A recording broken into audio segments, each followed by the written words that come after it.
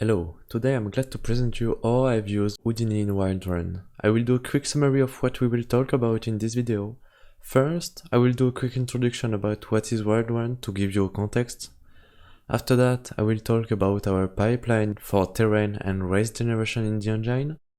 And I will finish with a demonstration of some other smaller tools that were also used to create our environment. Wildrun is a video game prototype that was created by a team of 3 artists and 6 programmers as a student project during our second school year. It is a racing game of futuristic anti-gravity ships in a hostile and desert environment. Arcade oriented, it offers a multiplayer mode with a split screen that can accommodate up to 4 players. For this game, we needed to create an environment that feels natural, but that fit to our race, to have a control over our game design. Our goal was also to be able to iterate on it as much as possible without having to switch between different software each time we wanted to modify the way of the race, and also have to redo everything manually. So for that, I have created a pipeline of tools with Houdini that were directly used in Unity.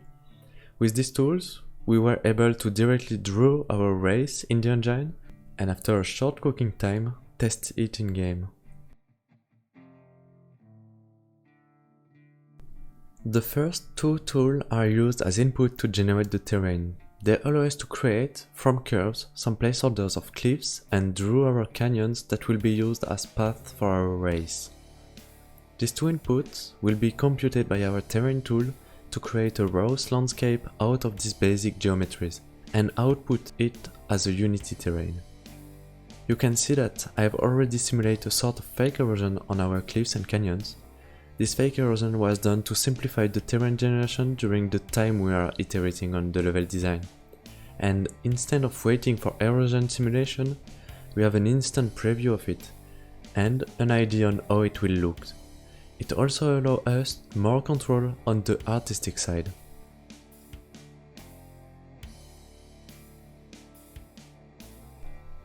As you can see, we can always modify our cliffs and canyons. We can personalize the height of the cliffs, the erosion look, the canyon width, adjust it at some specific areas with a ramp, stack the cliffs on top of each other, and some other secondary adjustment.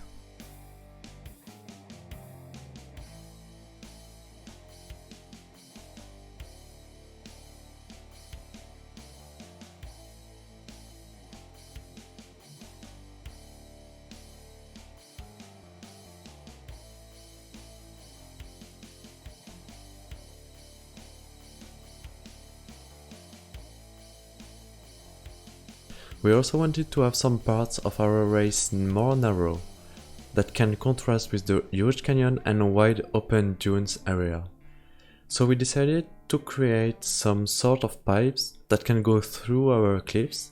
These pipes were also created based on curves, directly drew in the engine, and managed in the terrain tool to have a nice transition with the rest of the environment.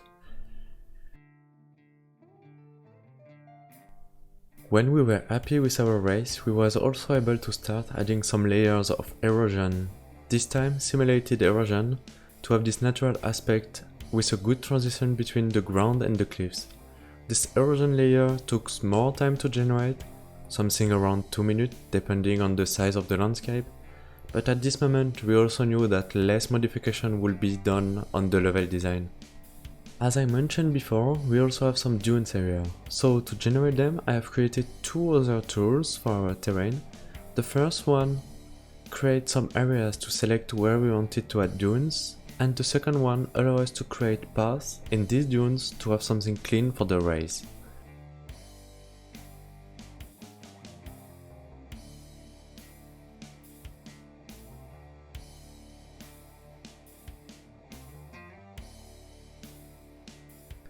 The textures are also automatically applied to the terrain based on some masks generated during its creation. For some optimization reason, we were also able to split the landscape in chunks. And finally, to add more life to the terrain, I have also set up a system that will instantiate some rocks and bushes at some specific places. These places are based on masks used for the terrain texturing.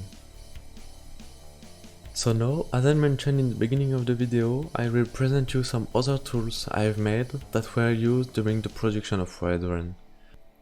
One of them allows us to draw cliffs on our terrain. This one is different than the one from the terrain tool because with it, we can generate more detailed cliffs.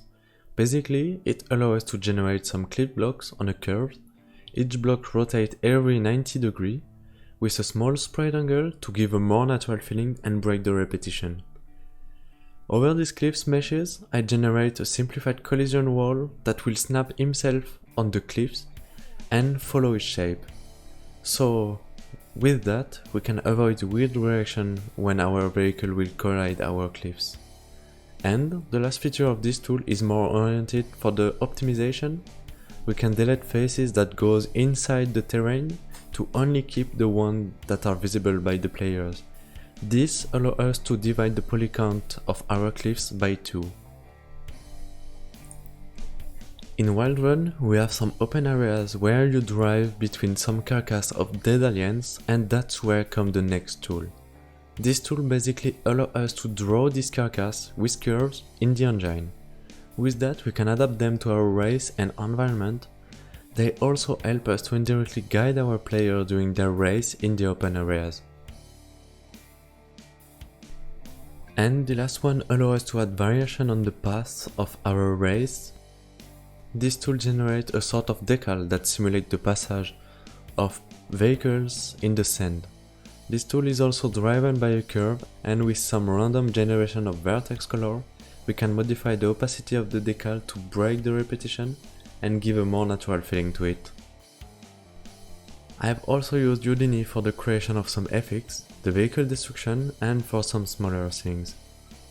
Alright, thanks for watching this. I hope that helped you to understand a bit more what was done for this project with Houdini, and if you have more questions, feel free to ask them.